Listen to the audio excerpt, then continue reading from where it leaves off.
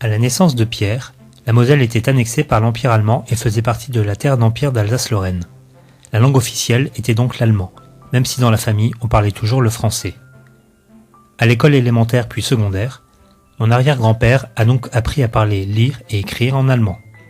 En Allemagne, l'écriture employée était de l'écriture gothique et l'écriture cursive utilisée était le Kurrentschrift. Comme vous pouvez le constater, certaines lettres de la Kurrent restent difficiles à distinguer pour le lecteur. Par exemple, le C et le E sont très proches. Son apprentissage demande donc de la rigueur et beaucoup d'exercice. Au sein de la famille, Pierre reçut néanmoins un très bon apprentissage de la langue française et de l'écriture latine classique, comme le démontrent ses lettres écrites dans un français parfait dans les années 20. Avec les vicissitudes de l'histoire de la Moselle, Pierre devra officiellement parler deux langues, le français et l'allemand.